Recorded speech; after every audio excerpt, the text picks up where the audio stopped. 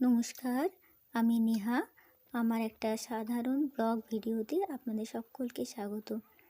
এখন আমি প্রতিদিন সকালবেলা উঠে যা যা করি সেইগুলি, ছুটির দিনে যা যা করি সেগুলি আপনাদের সাথে আজকে আমি শেয়ার করছি।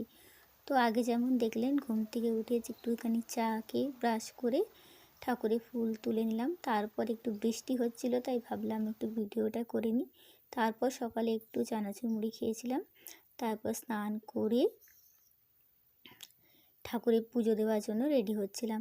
তারপর এই যে আমাদের বাড়িতে গোপাল লক্ষ্মীনারায়ণ প্রতিষ্ঠিত, গোপাল লক্ষ্মীনারায়ণকে স্নান করালাম।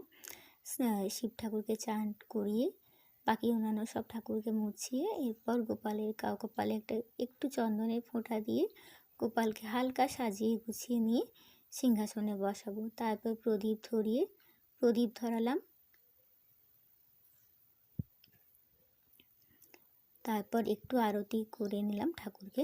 তার আগে আমি ঠাকুরের ভোগগুলো দিয়ে দিয়েছিলাম।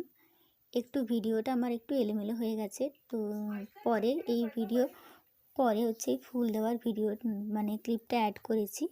তো এখানে আমাকে একটু ক্ষমা করবেন, কারণ আমি প্রথমবার তো ব্লগ বানাচ্ছি, তাই আজকের মতন আসছি। আর একটা নতুন ব্লগ ভিডিওতে আপনাদের দেখা হবে আপনাদের সকলের সাথে।